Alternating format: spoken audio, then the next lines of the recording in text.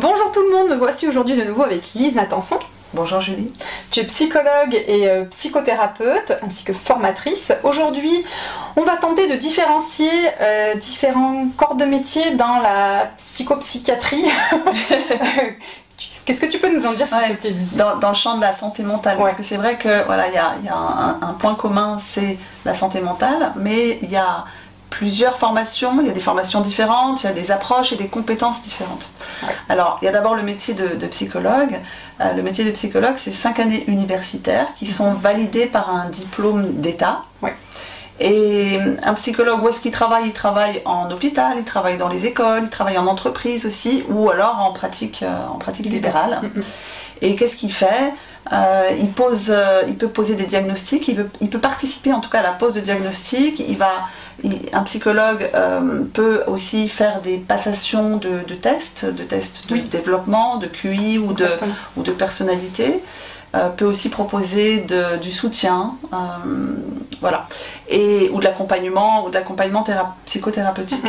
Très très bien, oui. Ça c'est le psychologue. Un psychiatre, c'est un médecin.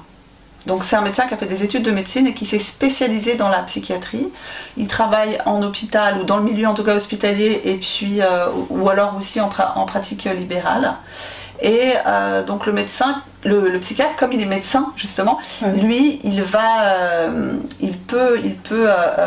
délivrer des médicaments en même temps qu'il peut aussi proposer un accompagnement thérapeutique. Pour ces deux professions, on est d'accord, il n'y a pas d'obligation de travail personnel. Il n'y a pas d'obligation de travail personnel, même si dans la déontologie, en tout cas des psychologues, il est fortement recommandé d'avoir fait un travail sur soi. Bien sûr. Très bien. Alors on continue avec qui ?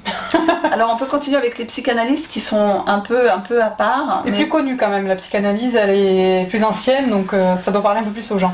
Le psychanalyste, lui, il n'a pas fait de formation en général universitaire, quoique il y a des possibilités, mais en général il a fait une analyse pour soi-même, et après il a fait ce qu'on appelle une analyse didactique, c'est-à-dire une analyse dans laquelle il apprend aussi le métier de psychanalyste. D'accord. Très bien. Et alors ensuite, il y a le terme de psychothérapeute. Psychothérapeute,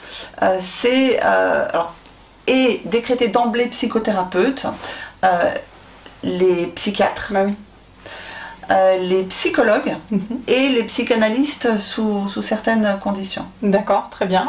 Dans la réalité, pour être psychothérapeute, pour vraiment s'engager à accompagner de façon thérapeutique des personnes, la plupart des psychologues ou des psychiatres ont fait des études complémentaires pour accompagner. Et là, il y a plein de branches possibles pour se spécialiser dans la thérapie familiale, dans les thérapies cognitivo-comportementales, dans les thérapies plus humanistes. D'accord, très bien, oui. Il y a beaucoup de branches.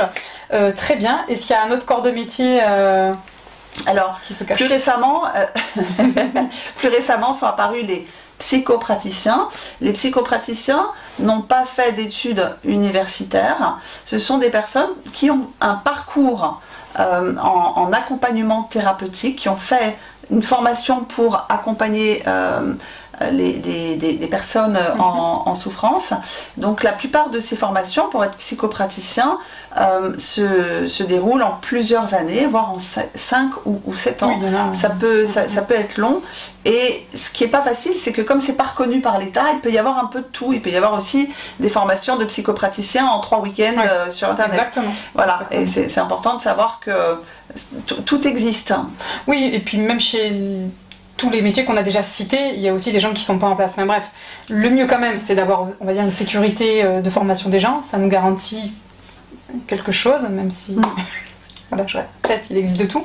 Ce qui est important, c'est qu'on se sente bien avec la personne vers qui on va et qui respecte des règles de déontologie précises pour que la personne soit respectée dans sa thérapie. Je pense que c'est important de le rappeler. Oui, c'est-à-dire que la personne, quand on cherche de l'aide, c'est vraiment important, ça me semble important que les personnes puissent oser demander, parce que parfois elles n'osent pas demander quelle est la formation du praticien, quel est son parcours, et si le praticien ne répond pas, c'est à mon sens pas très bon signe.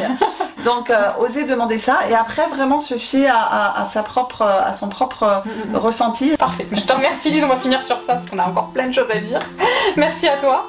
Merci Julie. Avec plaisir. Merci à vous de nous avoir écoutés. On vous dit à bientôt.